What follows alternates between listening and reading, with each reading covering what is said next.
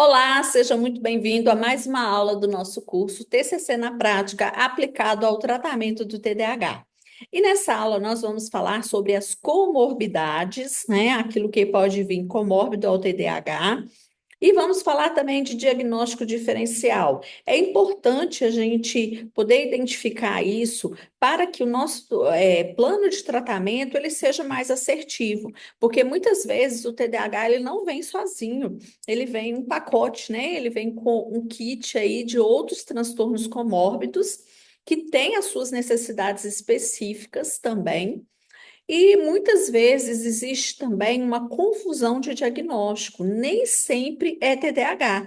Parece TDAH, mas não é. Então, eu vou trazer para você tudo isso nessa aula. Já coloque aí nos comentários, né, qual é a sua dúvida sobre essa questão de diagnóstico, de comorbidades. Até mesmo coloque aí se você tem dúvida entre ser TDAH e algum outro transtorno, que eu vou te responder logo que possível, tá bom? Então vamos lá, vou compartilhar com vocês aqui a minha tela, né, para ficar mais didática a nossa aula. Só um instantinho aqui. Ok, isso. Então vamos lá. A gente tem aqui o diagnóstico, as comorbidades primeiro, que eu vou falar para vocês. Então, cerca de 30 a 40% de pessoas com transtorno de TDAH, elas têm também algum transtorno de ansiedade. Então, é muito comum a gente encontrar isso, é uma taxa, né, bastante alta aí nesse sentido.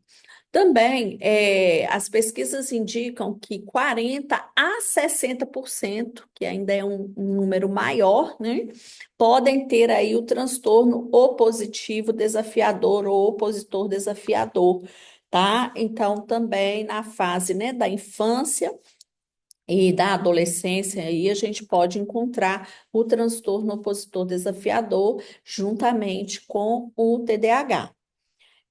Na fase adulta, né, da adolescência, é, a fase da infância, o opositor desafiador. Na fase da adolescência, a gente pode encontrar aí 20 a 45% com transtorno de conduta, tá? Então, é uma taxa alta também. Transtorno depressivo maior chega de 10 a 30%. Então, não é incomum, como eu falei, né? O TDAH ele vir acompanhado de algum outro transtorno. No caso do transtorno de dislexia, né, descalculia, pode vir 20 a 40% de comorbidade. Espectro autista já chega de 20 a 50%. Bipolaridade de 5 a 20%. É algum tipo de tique ou síndrome de Tourette de 20 a 30%. Transtorno do sono, 25 a 50%. Uso de substâncias de 15 a 25%. Então, assim, como eu, né, falei já algumas vezes com vocês, é importante dar essa atenção para perceber se existe alguma comorbidade, né? Porque quando existe somente o TDAH, você vai aplicar o protocolo de tratamento TDAH. Mas quando existe alguma comorbidade, você precisa dar atenção também a essa comorbidade e no seu plano de tratamento você vai ter que incluir as ações e você vai ter que avaliar naquele momento qual é a prioridade, por onde começar. Então, por isso é importante entender se existe, além do TDAH, alguma comorbidade. Agora vamos para os diagnósticos diferenciais. O diagnóstico diferencial a gente vai encontrar no próprio manual do DSM, tá? Aqui, né, para mostrar para vocês que no próprio DSM ele traz já algumas diferenças. Então, se eu for aqui estudar, né, o transtorno de déficit de atenção e hiperatividade, ele vai ter, depois que nós temos aqui o, os sintomas, né? Aqueles que vêm lá na escalinha, os critérios diagnósticos.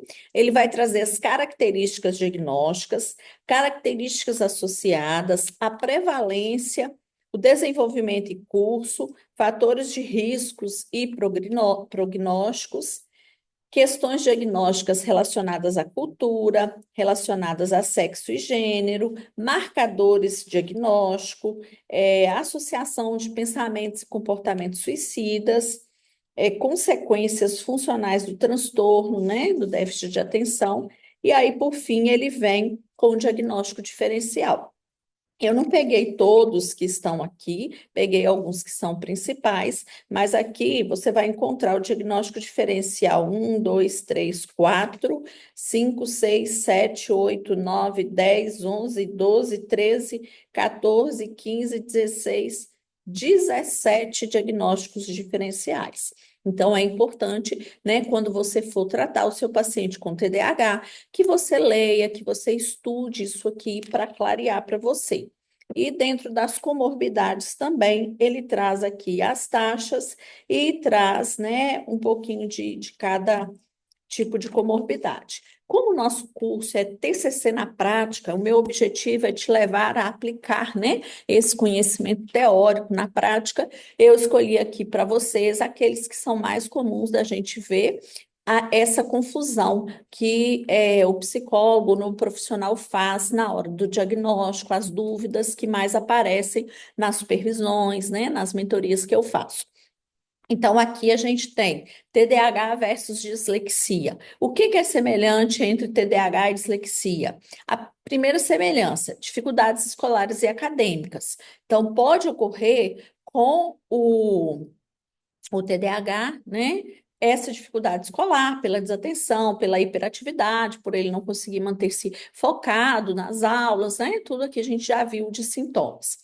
E a questão da dislexia, ele vai ter essa dificuldade escolar, acadêmica, de rendimento, pela questão da compreensão mesmo, né? Do aprendizado que ele tem essa dificuldade. Nos dois casos, nós vamos ter déficit de atenção e de concentração, uma vez que o dislexo ele não consegue, né, ter esse ritmo de aprendizagem, ele acaba se distraindo também. Nos dois casos, pode-se encontrar baixa autoestima associada a esse desempenho escolar. Então, tanto o TDAH quanto o dislexo, ele pode ter essa dificuldade, né, com a autoestima por não ter um bom desempenho. Agora vamos àquilo que vai diferenciar para a gente um do outro. Então, o TDAH, ele vai ter desatenção, impulsividade, hiperatividade em diferentes contextos, né? Lembra que a gente até viu lá na hora de fazer um dos critérios diagnósticos é que apareça pelo menos dois contextos os sintomas dele. Já o dislexo, essa desatenção que ele apresenta, às vezes até mesmo essa impulsividade ou hiperatividade, vai apresentar com esse foco específico da leitura.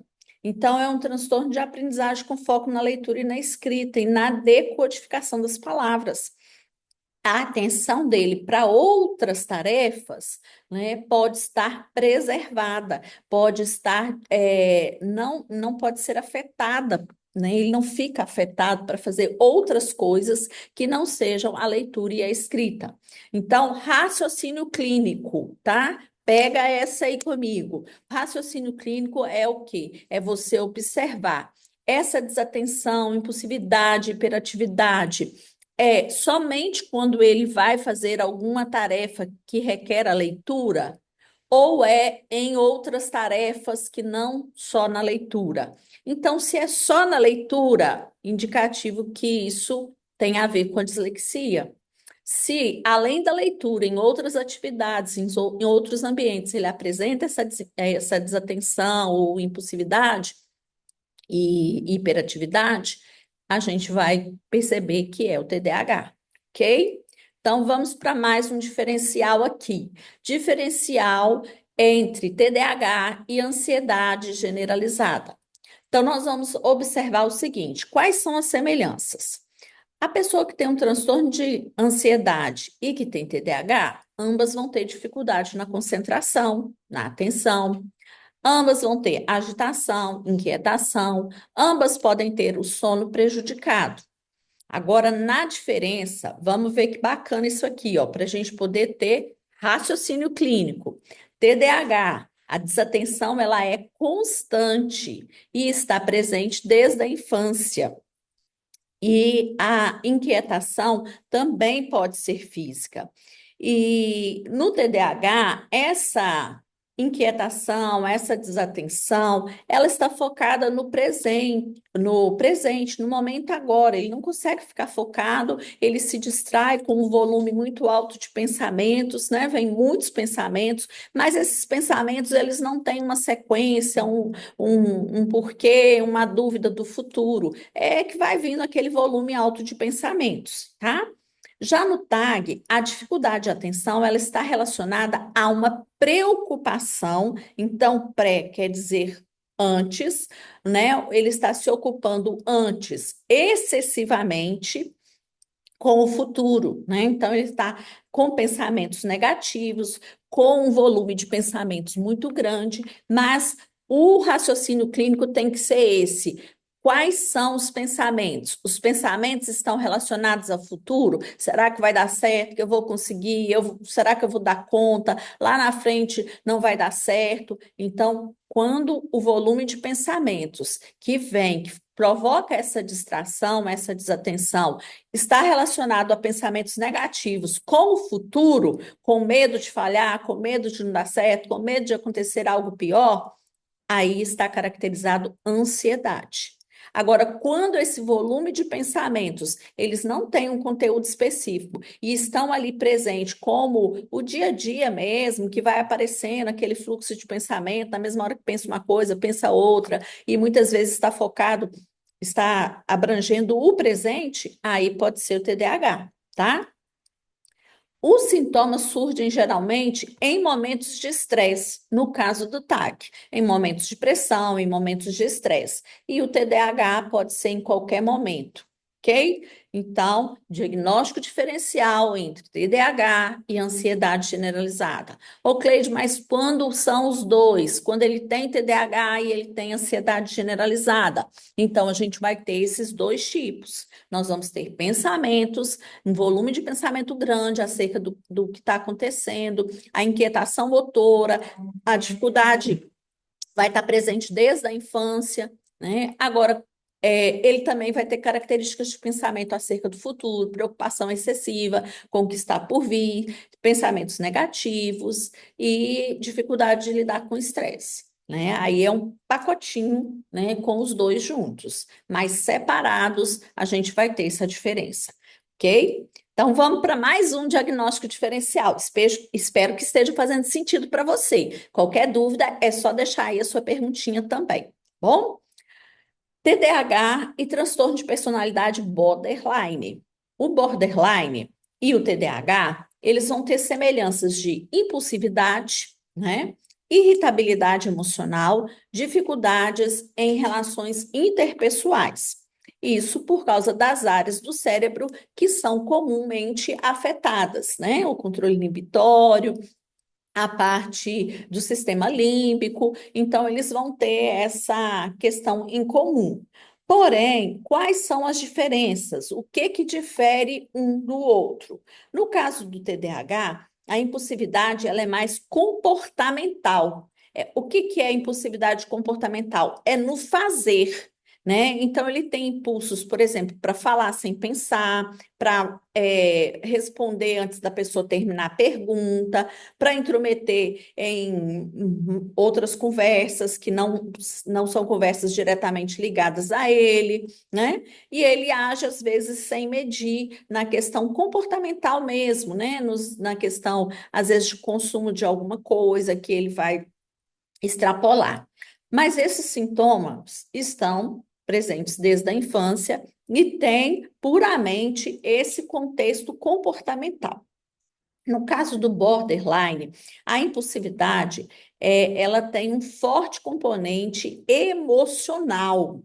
Então, ele vai ter comportamentos impulsivos, mas em função dessa emoção que está desregulada, né, de uma impulsividade emocional. Então, isso normalmente vem com crises de identidade, de não saber quem eu sou, com medo de ser abandonado, E aí ele pode ter comportamentos autodestrutivos, né? Comportamentos de lesões ou de outras coisas que podem ser uma ameaça direta ou indireta à sua própria vida de autodestruição. Não necessariamente suicídio, ideação suicida, tá? São comportamentos destrutivos.